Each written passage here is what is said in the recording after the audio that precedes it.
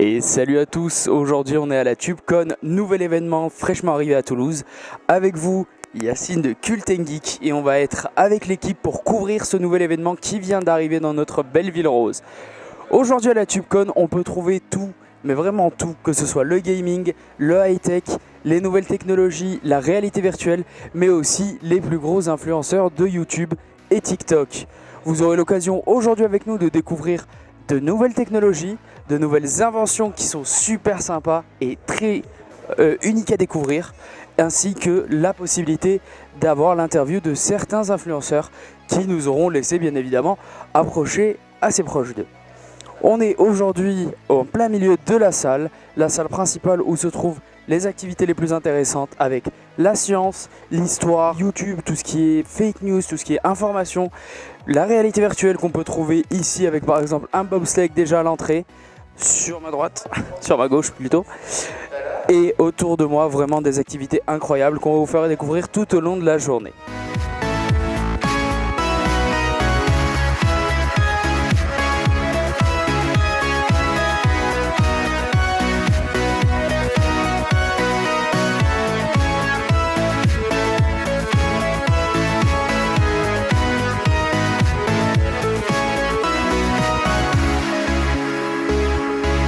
Moi c'est Guillaume, du coup je suis le président de l'association Toulouse Quidditch, donc de l'équipe de Quidditch de Toulouse. Il y a une vingtaine d'équipes en France et nous du coup on représente l'équipe de Toulouse. Comment fonctionnent donc les équipes? Combien y a-t-il de personnes qui sont sur le terrain et quels sont les différents rôles un peu qui sont répartis dans l'équipe? Alors au début du coup on a 6 joueurs dans chaque équipe, donc 3 poursuiveurs de chaque équipe avec un gardien, donc 4 personnes qui se battent pour un soifle. Donc le swap c'est une balle de volley dégonflée. Donc on a 3 anneaux de chaque côté des équipes. Ça essaye d'être vraiment un vrai sport comme nous on l'est. C'est-à-dire on a un maillot, on a nos shorts avec bien sûr vu qu'on est sur de l'herbe, on a des crampons avec un protège-jambe vu qu'on a le droit au contact. En gros on pourrait dire que c'est le rugby d'Harry Potter, quoi. On peut dire ça. Après on a des entraînements le mercredi et le jeudi, mais venez plus le dimanche vu qu'on a le plus de monde et c'est là où on peut avoir une meilleure ambiance et mieux appréhender le sport avant de commencer si vous voulez vraiment faire tous les entraînements toute la semaine. Donc vous pouvez nous suivre sur notre page Facebook et voir quand on fait nos entraînements ou pas. Vu qu'aujourd'hui par exemple on est au TubeCon et on ne peut pas assurer l'entraînement aussi. Recherchez juste Toulouse Quidditch et vous trouverez.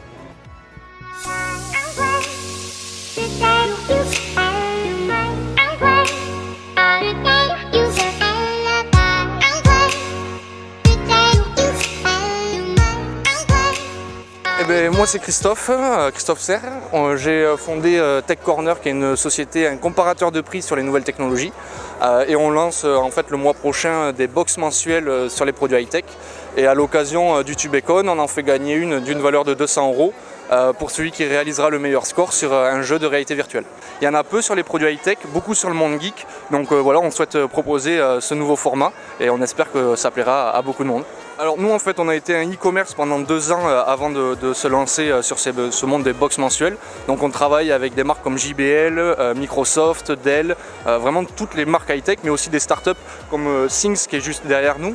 On essaye de faire travailler aussi bien les grandes marques high-tech que les startups locales et internationales. Justement de au moins mettre un produit de startup à chaque box pour faire découvrir ces inventeurs dans le garage on va dire les produits qu'ils réalisent. Pour le moment on est sur 2 formats, une box à 49 € qui est liée à un produit. On prend un exemple, l'iPhone XS, et l'idée ce sont que des accessoires ou des produits compatibles avec ce produit. Et enfin une box qui est à 100 € et là qui est thématisée, par exemple la box Noël, où on pourra retrouver des enceintes, des montres connectées, des drones ou autres produits dedans.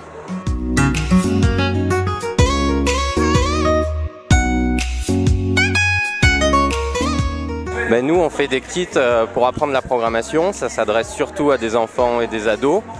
Il n'y a quand même pas de limite d'âge supérieure, c'est aussi utilisé parfois dans de la formation pour adultes. Et donc l'idée c'est qu'on va programmer avec la programmation par bloc, c'est du Scratch comme c'est utilisé dans la plupart des collèges aujourd'hui. Sauf qu'on va l'utiliser pour donner vie à des objets électroniques. Donc on va assembler des briques, un peu comme des briques de Lego, il y a des capteurs de mouvement, de température, de luminosité.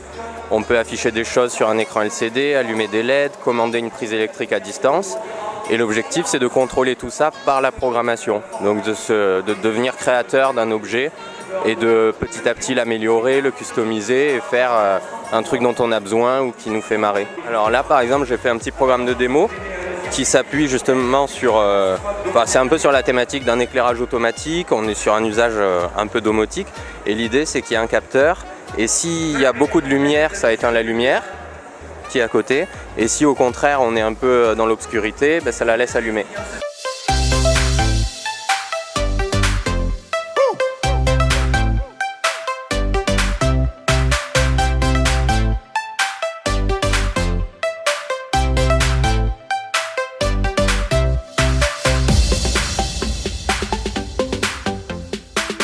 Eh bien bonjour tout le monde, je m'appelle Anil, Anil B quoi sur les réseaux. Ça fait pratiquement 10 ans que je fais du YouTube, Instagram, tout ça. J'ai commencé en tant que gamer avec un nom qui s'appelait Wartech et depuis 3-4 ans j'ai un peu viré. Je fais d'autres choses aujourd'hui, du voyage, des vlogs, la voiture, plus récemment des fringues et des sneakers. Et voilà, c'est tout. J'ai toujours tout fait ce que je fais par passion. Le jour où j'ai plus envie de le faire, je le fais plus. C'est ce qui m'est arrivé avec le gaming, c'est-à-dire que j'ai fait du gaming depuis, ça faisait 7 ans.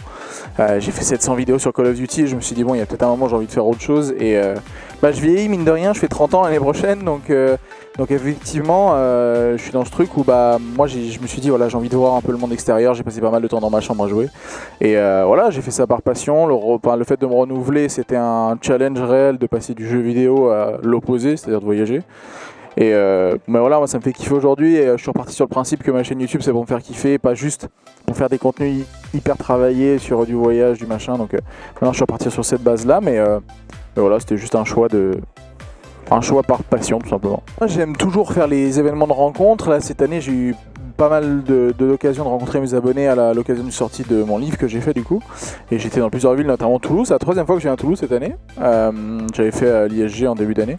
Mais c'est vrai que moi j'aime toujours faire les salons, les conférences, ce genre de choses parce que c'est un moment d'échange. Ça fait des années que je parle avec les gens à travers un écran et les voir en vrai, c'est toujours une différence qui est pas négligeable et ça fait toujours très plaisir de rencontrer les gens en vrai.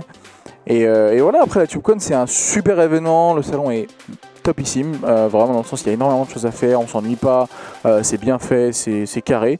Seul truc malheureusement peut-être que la date tombe un peu mal, il y a peut-être un petit peu moins de monde que je pense attendu.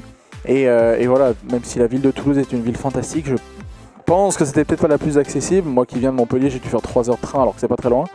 Et c'est vrai que voilà, c'est un très bel événement, mais peut-être un peu de manque de communication dessus, c'est pour ça peut-être qu'il manque un peu de monde, mais j'espère que c'est un premier événement, c'est toujours un premier test, j'espère que pour les prochains qu'il y aura plus de monde tout simplement. J'en ai fait plusieurs, j'ai eu la chance de faire plusieurs événements, les Vidéo City, les Royaumes du Web à Genève, j'ai fait pas mal d'événements et là je trouvais qu'ici il y a vraiment de quoi faire parce que déjà c'est gigantesque, il y avait plein de trucs à faire. Et voilà, il y a tout type, il y a autant du gaming que du livre, du basket, du Quidditch, enfin je veux dire, on n'a jamais vu ça dans un événement, donc oui, s'il y a une deuxième édition, je serai là, c'est sûr. Il y a aussi tout le côté gaming, là j'ai été voir des anciens potes, derrière moi il y a Skyheart, enfin c'est tous des mecs que je connais de l'époque et tout, et c'est vrai que le côté gaming, je vais aller jouer un petit peu après, c'est obligé, parce que je joue quand même à League of Legends de temps en temps pour le plaisir, et là je sais qu'ils font un tournoi, donc je vais aller jeter un coup d'œil, et c'est vrai qu'il y a pas mal de trucs pour découvrir, enfin autant il y a des écoles, autant il y a... Ouais, il y a vraiment plein de trucs, donc ça fait plaisir. Moi j'ai eu le temps de faire le tour tranquillement hier, donc c'est une très bonne idée en tout cas, salon.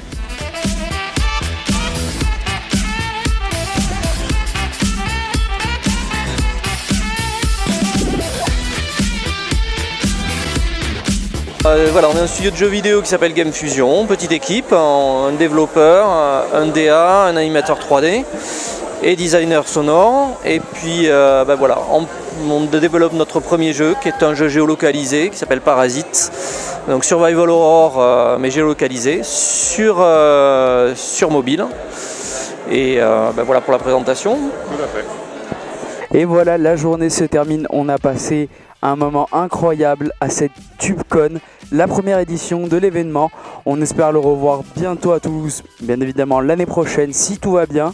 Encore une fois, l'espace Diagora la Beige. Et vraiment, on a vécu une journée incroyable entre les influenceurs, les nouvelles technologies, la réalité virtuelle, les jeux en tout genre, mais aussi la possibilité de rencontrer des grands de l'e-sport ainsi que des grands de YouTube.